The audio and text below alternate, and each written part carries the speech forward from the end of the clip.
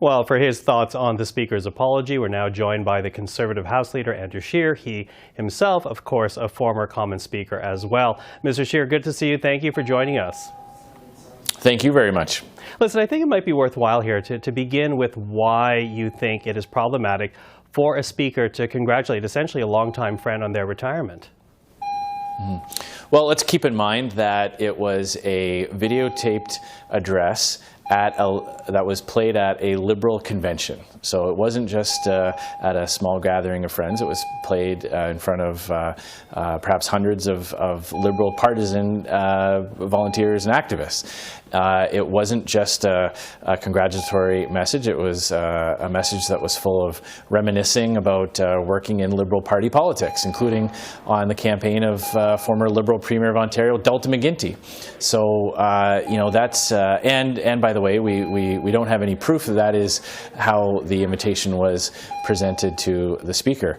And so when we saw the Speaker in his official robes, in his official office, delivering partisan remarks at a partisan activity at a convention, this just set off all kinds of alarm bells. And the disappointing thing is that Mr. Fergus didn't think about those things before he decided to participate in the Liberal convention. Okay, but to hear it from Mr. Fergus, and you know this, he thought it would be a private message, not one that would be shared at a Liberal event as it was. Doesn't that change a bit of the calculus around this then?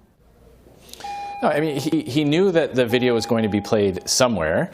You know, at this point, all we have is his own statement on that. We don't have anything else to corroborate that or to substantiate his assertion.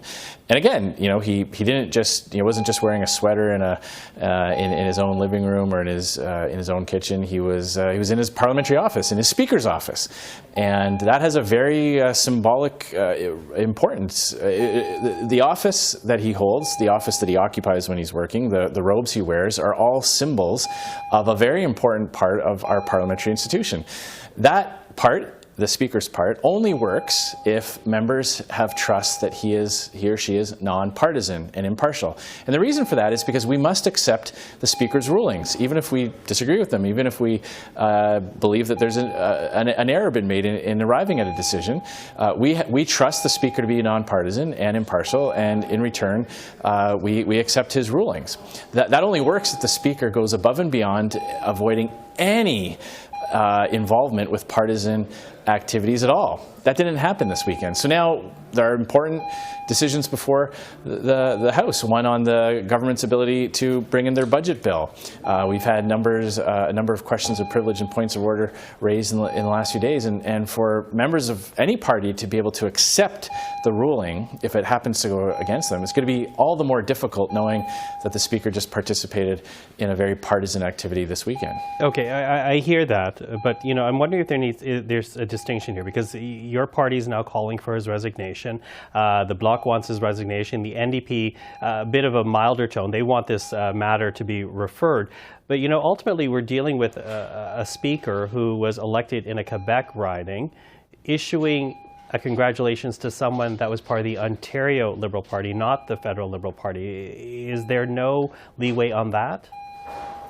Well, I think it makes it all the more confusing as to why the Speaker decided to do this. You know, if it was that he had this long-standing, if it was in his own province, or if he decided to do it as a private individual, you know, he might have a different case to make to the House. But if we try to think of some other analogies of other institutions that depend on impartiality. If we think about an NHL referee, can you imagine what would happen if an NHL referee was videoed giving a pep talk in the dressing room of the Toronto Maple Leafs, wearing his referee's outfit?